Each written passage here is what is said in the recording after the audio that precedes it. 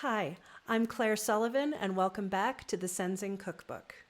In our previous recipe, we showed how to use Claude along with Senzing's collections of relatable data, or CORDs, to quickly do entity resolution by ingesting the data in and creating a merge report and visualization. And it was fun. CORDs give you data that is already formatted for Senzing. But in a way, that's kind of like a college kid preparing dinner. They went to the store and bought a jar of pasta sauce that they just heated up. But what if they wanted to create that pasta sauce from scratch? That's exactly what we're going to do in this recipe. We're going to start with raw data like fresh tomatoes in a pasta sauce, and we're going to have Claude act as our sous-chef. Like slicing tomatoes, adding the right spices, and simmering it for a while, Claude is going to use the Senzing MCP to learn how to do data mapping, the fundamental process of taking data in any format and getting it into the format described in the Senzing entity specification. Like the last recipe, we'll use just 3 prompts, but we'll have a lovely sauce of resolved entities from 3 different data sources waiting for us on the other side. I can already smell it. So let's get cooking. All right, so here is Claude Code, and I'm going to type /MCP, which brings up my list of connected MCP servers. We see that Senzing is one of them, and that's good because that's going to be necessary for all the recipes. All right, so next thing is that we have 3 data files. These are all in CSV format, and they should look familiar if you've watched the previous recipe. It's the Department of Labor, National Provider Index, and PPP loan data sets in CSV format, so you can scroll through them and see what they look like. But the important point here is this is not Senzing formatted.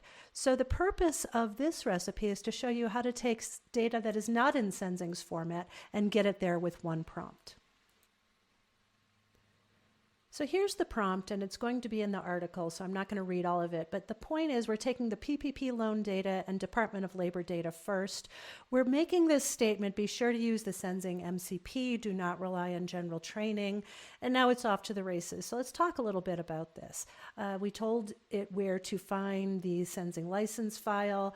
We said always use multi-threading. That tends to, be a surefire way to make the ingest go faster.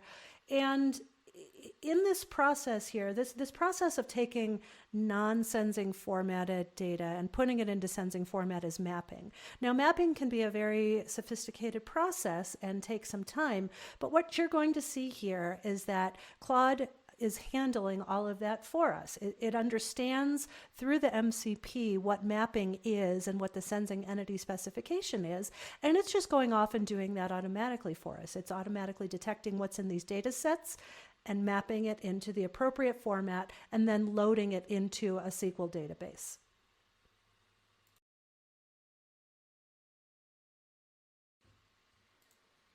It took about 10 minutes for that to complete, but after it was completed, the mapping was done, the entity resolution was done, and it generated for us this nice little merge report in Markdown format. So we can open that like in preview, see what that really looks like. We can scroll around in here. We see that it was about 6,400 records in total that were loaded. They were mapped and loaded. And we get, some information here about the distribution of entity sizes, cross-source merges, things like that. Things that I would expect and things that are very useful for just understanding the process that happened here. And that all happened in one prompt, which is pretty cool.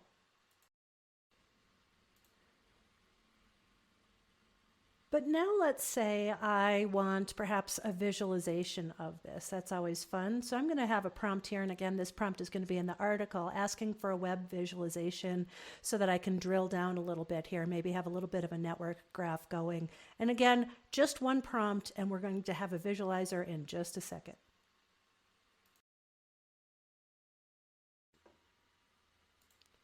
And we are back. So let's scroll up here.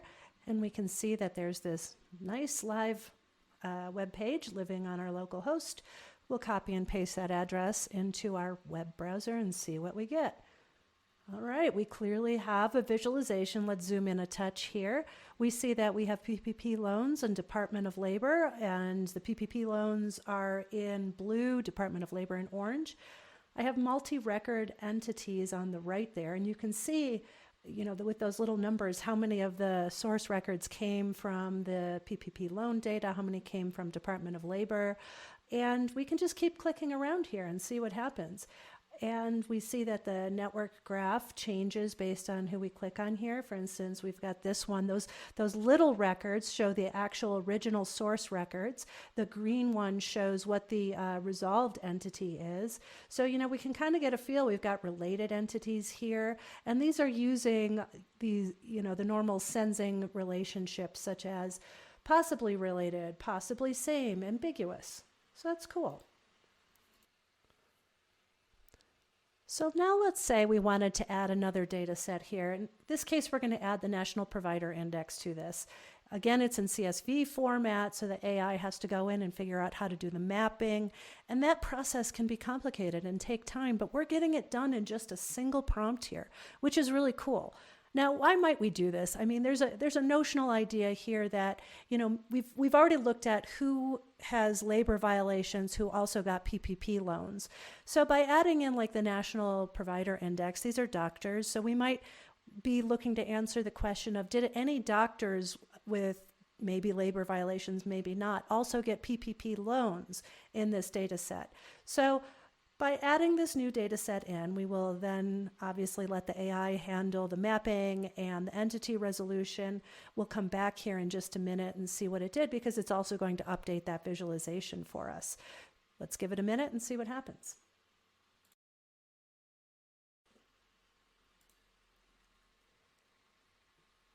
After about 4 minutes, it completed the process of mapping and doing the entity resolution. So I'm going to refresh this web visualization.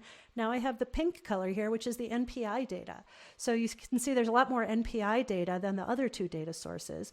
And we can look at those multi-record entities on the right, and we can see that there's a handful of them that are all in all three data sets. So that's really interesting. Those are doctors who took PPP loans and who are also part of Department of Labor violations. So those are really interesting data sets. I can obviously click on them.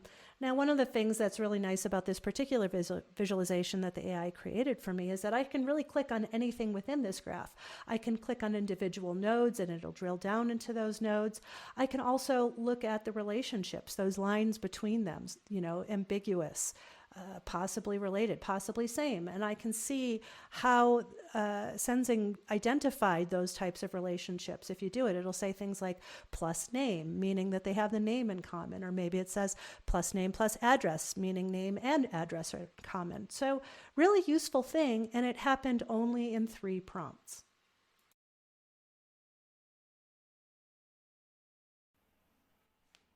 And there you have it. We started with 2 unformatted data sources and resolved the entities with Senzing. But the best part was we didn't have to map them. Claude figured out how to do it for us. The amount of time you save just on that alone can be really significant. And we got a nice visualization as well. But then we also saw how easy it was to add another data set with just a single prompt. So yeah, 3 prompts later, and we have a lovely sauce that we can use with any number of dishes in the future.